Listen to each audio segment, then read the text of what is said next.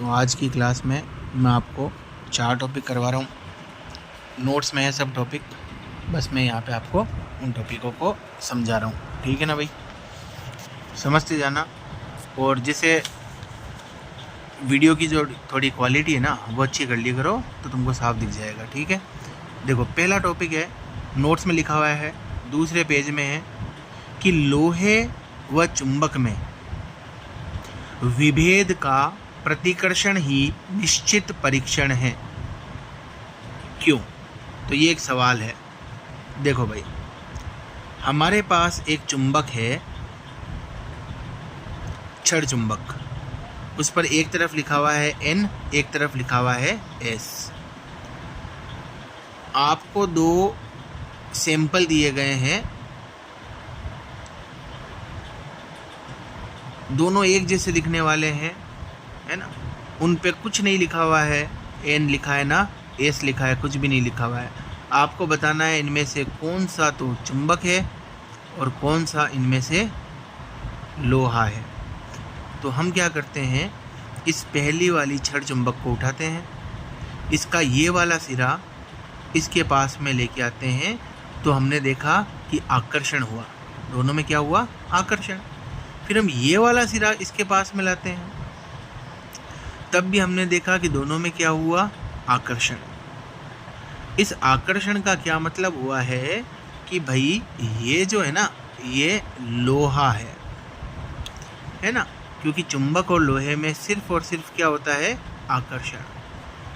हमने क्या करा, इस सिरे को यहाँ पे लेके आए तो हुआ आकर्षण। क्या हुआ, आकर्षण। फिर इस सिरे को इसके पास में लेके आए, N के पास में, इस बार हुआ प्रतिकर्षण। तो अब हम समझ गए कि भैया ये लोहा नहीं हो सकता, ये क्या है, छड़ चुंबक है ना। क्योंकि छड़ चुंबक और छड़ चुंबक के समान ध्रुवों में तो होगा प्रतिकर्षण और असमान में होगा आकर्षण। तो एक बार इसको लेके आए, है ना, तो आकर्षण हुआ, यानी कहने का मतलब ये क्या था, S था। फिर इसको लेके आए तो क्या हुआ, प्रतिकर्षण, इसका मतलब ये क्या था, N था। और इसमें दोनों बार क्या हुआ था, आकर्षण। तो दोनों में समान क्या है, आकर्षण, पर अलग क्या है, प्रतिकर्षण। ठीक है, इसलिए कहा गया है लोहा और जो चुंबक है उसमें अंतर बताने के लिए सबसे बढ़िया क्या है, प्रतिकर्षण। क्या है, प्रतिकर्षण। ठीक है बच्चों, ये आपका पहला टॉपिक। आज का हम करते हैं अब दूसरा टॉपिक।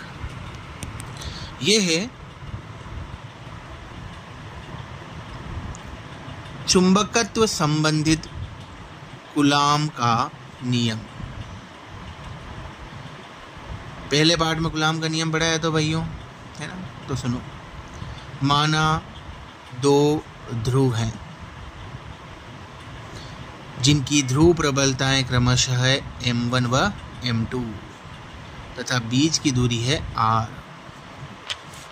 अब इनके मध्य या तो आकर्षण का बल लग सकता है या लग सकता है बेटा प्रतिकर्षण का बल।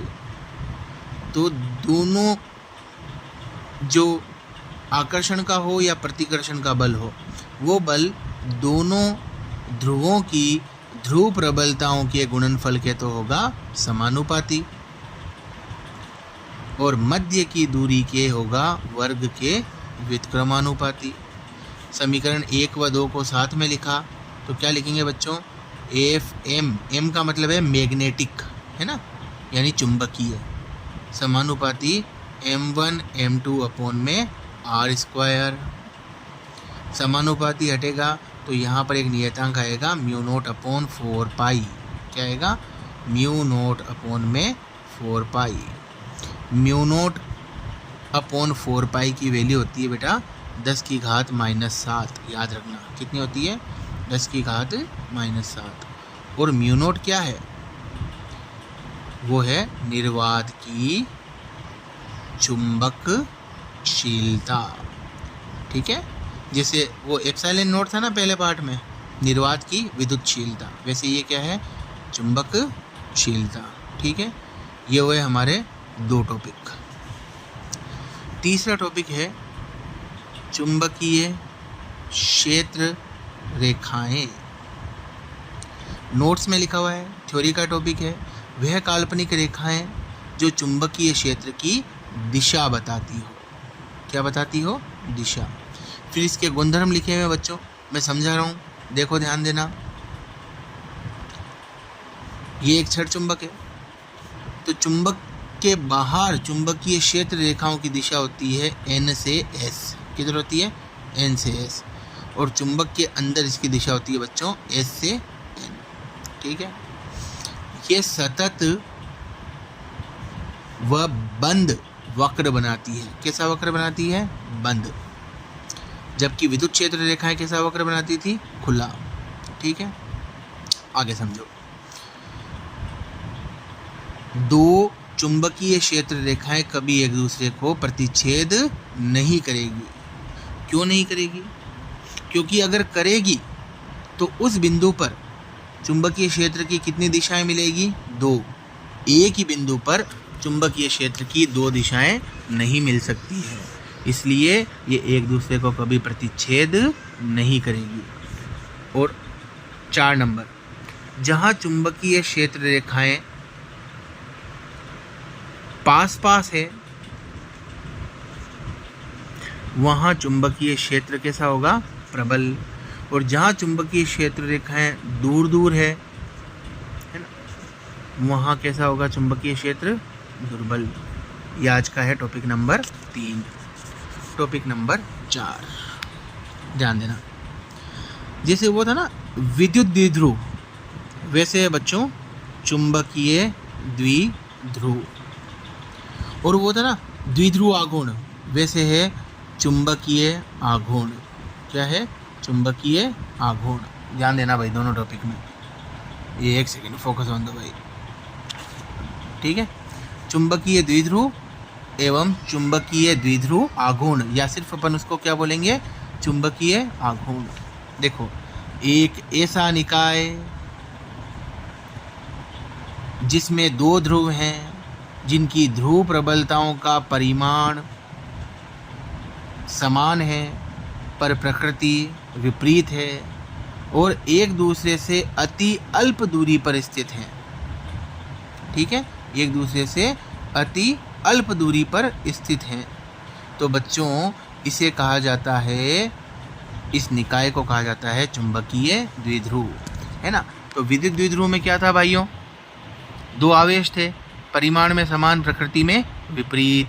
ठीक है, और उनके मध्य की दूरी थी 2a, अति अल्प। पहले पाठ में याद करो। अब वहाँ पे आवेश को हटा के ध्रुव प्रबलताएं लिख दो, -m और +m, तो क्या हो गया? ये चुंबकीय द्विध्रुव। ठीक है, आगे देखो।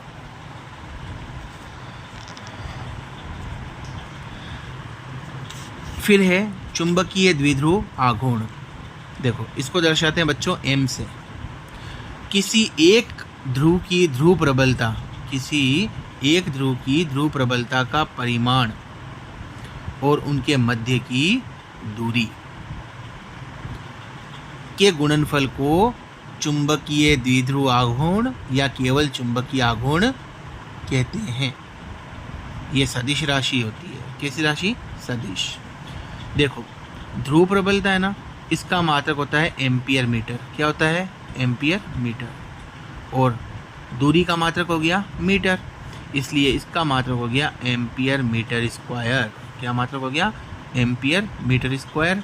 इस अकॉर्डिंग हम विमा भी निकाल देंगे, m0, L2, T0, A1। ये किसकी विमा हो गई? चुंबकीय आघूर्ण की। ये है आज का टॉपिक नंबर 4। यहाँ तक कोई दिक्कत नहीं। अब एक 5वां टॉपिक, छोटा सा टॉपिक और कर लेते हैं, ध्यान देना। ये क्या है बच्चों? इस चुंबकीय द्विध्रुव की अक्ष। ये क्या है बच्चों? इस चुंबकीय द्विध्रुव की निरक्ष। ठीक है, अब याद करो, पहले पाठ में अक्ष पर और निरक्ष पर विद्युत क्षेत्र ज्ञात किया था, है ना। अब यहाँ पर अक्ष पर और निरक्ष पर अक्ष पर और निरक्ष पर चुंबकीय क्षेत्र ज्ञात करना है। क्या करना है? चुंबकीय क्षेत्र। अरे पहले पार्ट का सबसे इम्पोर्टेंट टॉपिक है अक्ष और निरक्ष वाला, भूल गए क्या?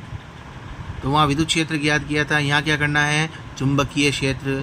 तो लिखेंगे बी अक्ष और यहाँ लिख देंगे बी निरक्ष। वहाँ पे ई लिखा था, यहाँ पे क्या लिख देंगे? बी लिख देंगे। बी अक्ष, ध्यान देना वहाँ क्या था?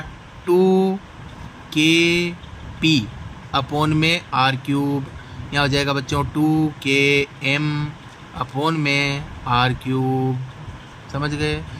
फिर निरक्ष क्या था? ई निरक्ष, याद करो kp अपॉन r³।